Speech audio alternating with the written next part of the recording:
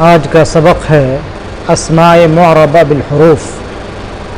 کل ہم لوگوں نے پڑھا تھا اسماء معربہ بالحرکات۔ اسماء معربہ بالحروف کو 3 حصوں میں تقسیم کیا گیا ہے، ایک تثنیہ، دوسرا جمع مذکر سالم اور تیسرا اسماء ستہ۔ وہ اسماء جن کا اعراب حروف یعنی واو الف یا کے ساتھ آتا ہے یہ اسماء مندرجہ ذیل ہے، تثنیہ، جمع مذکر سالم، اسماء ستہ۔ تثنیہ کا اعراب کیا ہوتا ہے؟ تثنیہ یا ملحق بالتثنیہ کا اعراب حالت رفع میں الف کے ساتھ اور حالت نصب و جر میں یا کے ساتھ ہوتا ہے۔ تثنیہ اور وہ اسماء جو لفظاً یا معناً تثنیہ کے مشابہ ہوں، لفظاً اور معناً تثنیہ کے مشابہ ہوں، یعنی ملحق بالتثنیہ، یعنی کہ ملحق بالتثنیہ، ان کی رفعی حالت الف سے اور نصبی و جری حالت یا سے آتی ہے۔ جیسے ہم لوگ جو ہے مثال کے طور پر لے لیں گے رجلانی کو، جاء رجلانی، رأیت رجلین، مررت برجلین۔ اسی کی مثال جو ہے قرآن سے دی جا رہی ہے، تثنیہ حقیقی کی مثال وَدَخَلَ مَعَهُ السِّجْنَ فَتَيَانِ۔ فتیان کیا ہے؟ تثنیہ ہے اور حالت رفع میں ہے، کیونکہ یہ فاعل ہے، کیونکہ یہ کیا ہے؟ دخل کا فاعل ہے، تو اس لیے فتیان الف سے ہے۔ وَجْعَلْنَا مُسْلِمِينَ لَكَ، مسلمین ہے نا، وَجْعَلْنَا مُسْلِمَيْنِ لَكَ، اور ہمیں بنا مسلمین لک۔ تو مسلمین جو ہے یہاں یہ جو ہے تثنیہ ہے، مسلمین کیا ہے؟ تثنیہ ہے اور حالت نصب میں ہے، کیونکہ مفعول ہے، کیونکہ کیا ہے؟ مفعول ہے وَجَعَلْنَا کا۔ رب المشرقین ورب المغربین، مشرق سے مشرقین تثنیہ ہے اور حالت جر میں ہے، مضاف الیہ ہونے کی وجہ سے حالت جر میں ہے، تو یا سے ہے۔ مشابہ تثنیہ لفظاً، یعنی لفظی طور پر جو تثنیہ کے مشابہ ہوں وہ اثنان ہے۔ تو اثنان آپ دیکھ رہے ہیں کہ یہ تثنیہ نہیں ہے بلکہ مشابہ ہے۔ کیوں اس کو مشابہ تثنیہ کہتے ہیں؟ کیونکہ اثنان کا مفرد نہیں آتا ہے۔ تثنیہ کے لیے حقیقی، تثنیہ حقیقی کے لیے ضروری ہے کہ اس کا مفرد ہو اس کے لفظ سے، مگر اثنانے کے لفظ سے اس کا مفرد نہیں۔ اثنن آیا ہے کہیں پہ، اثنانے کے معنی میں نہیں آیا۔ اس کا مطلب یہ ہے کہ یہ تثنیہ نہیں ہے لیکن تثنیہ کے مشابہ ہے۔ تو اثنان ذوا عدل منکم، یہ اثنان یہ کیا حالت رفع ہے، حالت رفع میں ہے۔ اثنان ذوا عدل، عدل والے 2 لوگ تم میں سے، عدل والے 2 لوگ تم میں سے، تو یہ حالت رفع میں واقع ہے۔ لا تتخذوا آلہین اثنین، لا تتخذوا آلہین الہین اثنین، ہے کہ نہیں؟ لا تتخذوا الہین اثنین، اثنین یہ ہے الہین کی صفت ہے، اور الہین کیا واقع ہے؟ مفعول کی واقع ہونے کی وجہ سے حالت نصب میں ہے، تو صفت جو ہے اثنین وہ بھی حالت نصب میں ہوگی۔ ثانی اثنین، ثانی اثنین، اثنین جو دیکھیے یہ اضافت کی وجہ سے، مضاف الیہ ہونے کی وجہ سے حالت جر میں ہے، تو یہ بھی جو ہے یا کے ساتھ اس کا جو ہے حالت جری کا اعراب آیا ہے۔ مشابہ تثنیہ معنن، معنوی اعتبار سے تثنیہ کے مشابہ ہو، جیسے جاء کلاہما، تو کلا اور کلتا جو ہے یہ معنوی طور پر تثنیہ سے مشابہ ہے، تثنیہ حقیقی نہیں ہے۔ کیوں نہیں ہے؟ اس لیے کہ اس لفظ سے اس کا مفرد نہیں آتا ہے، یہ ہمیشہ کلا ہی آئے گا۔ تو جاء کلاہما، رأیت کلیہما، وسلمت علی کلیہما، تو اس میں آپ نے دیکھا کہ کلا یہ جو ہے ضمیر کی طرف مضاف ہے، اسم ظاہر کی طرف نہیں نہ ہے۔ اگر اسم ظاہر کی طرف مضاف ہوگا تو اس کا اعراب جو ہے تقدیری ہوتا ہے، موسیٰ کی طرح. تو اگر مثلا یہاں پہ ظاہر کر دیں جاء کلا الرجلین، رأیت کلا الرجلین، سلمت علی کلا الرجلین، تمام میں الف کے ساتھ کیا ہوگا؟ الف کے ساتھ ہی اعراب ہوگا اور مانا جائے گا تقدیری اعراب، ضمہ تقدیری کے ساتھ، فتحہ تقدیری کے ساتھ اور جر تقدیری کے ساتھ، اور تینوں حالتوں میں آخر میں الف ہی رہے گا، الف. اور موسیٰ کی طرح اس کا جو ہے اعراب تقدیری ہوگا. تو تثنیہ کا اعراب دینے کے لیے کیا شرط ہے کہ یہ مضاف ہو اس میں ضمیر کی طرف. کس کی طرف مضاف ہونا چاہیے؟ اس میں ضمیر کی طرف مضاف ہونا چاہیے. اسی کو فائدہ میں بیان کر رہے ہیں. کلا و کلتا کا یہ اعراب اس وقت ہوگا جب یہ ضمیر کی طرف مضاف ہوں. اگر یہ اس میں ظاہر کی طرف مضاف ہوں تو اس صورت میں ان کا اعراب اسم مقصور والا ہوگا، جیسے کہ موسیٰ کا اعراب ہوتا ہے. مثال ہے جاء کلا الرجلین، رأیت کلا الرجلین، مررت بکلا الرجلین. تمام میں دیکھ رہے ہیں الف کے ساتھ ہے اور اعراب کیا تقدیری ہوگا. جمع مذکر سالم، جمع مذکر سالم اور وہ الفاظ جو جمع مذکر سالم سے ملحق ہوں، جس کو یہاں پہ کہا جا رہا ہے کہ وہ اسماء جو لفظاً یا معنن جمع مذکر سالم کے مشابہ ہوں، ان کا اعراب حالت رفعی میں واو کے ساتھ اور حالت نصبی و جری میں یا کے ساتھ آتا ہے. جیسے المسلمون، مثلا ہم لوگ مان لیں ایک مثال، جاء المسلمون، رأیت المسلمین، مررت بالمسلمین.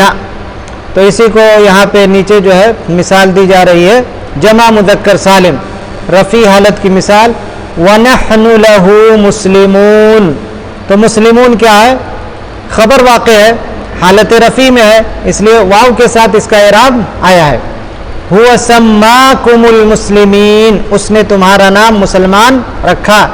تو مسلمین، المسلمین جو ہے یہ مفعول واقع ہے اور اس کی وجہ سے یہ نصب کی حالت میں ہے اور اس کا اعراب یا کے ذریعہ ہے، اس کا اعراب یا کے ذریعہ ہے.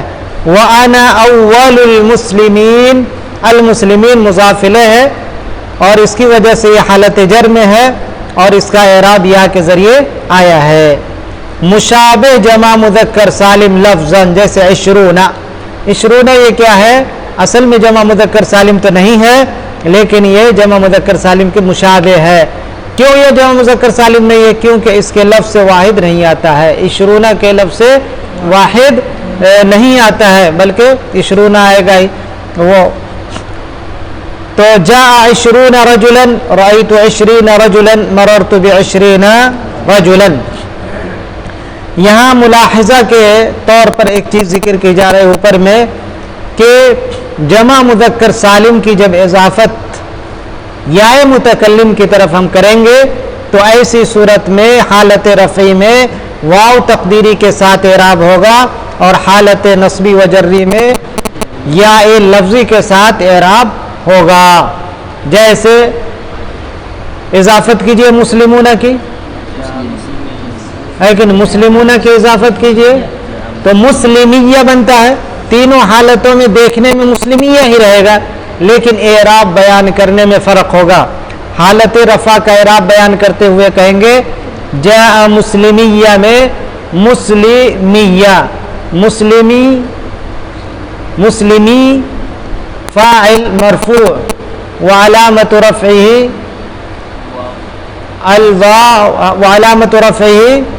الواو المقدرہ، الواو المقدرہ.